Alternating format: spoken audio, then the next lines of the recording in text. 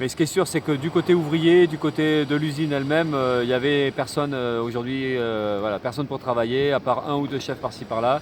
Donc c'est réussi du point de vue de la production, voilà, on n'a rien fait. Après, il y a des rendez-vous qui sont pris, donc d'une part entre la préfecture de Gironde et les dirigeants de Ford Europe, il y a un rendez-vous le 9 février.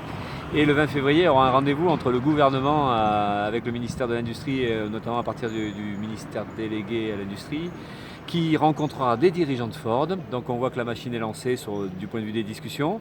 Donc tant mieux, on a réussi la première étape.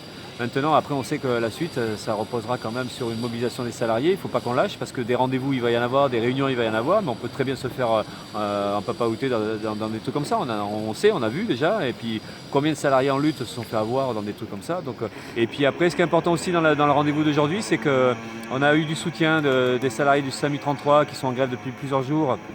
Une grève dure contre la direction de Pellegrin et puis avec là aussi les pouvoirs publics n'agissent pas tellement alors que justement c'est un problème public puisque c'est la question de la sécurité, de la santé avec tout le boulot que font les SAMU 33 par le téléphone.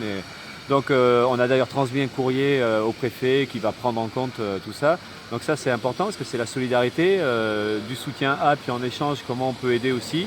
Et il y a eu le collectif de lutte 33 qui est issu de la mobilisation contre le travail qui est venu, donc quand même pas mal de militants, et puis des représentants de boîtes qu'on connaît un peu, et puis bon, évidemment l'UD de la CGT qui est venu nous prêter la sono.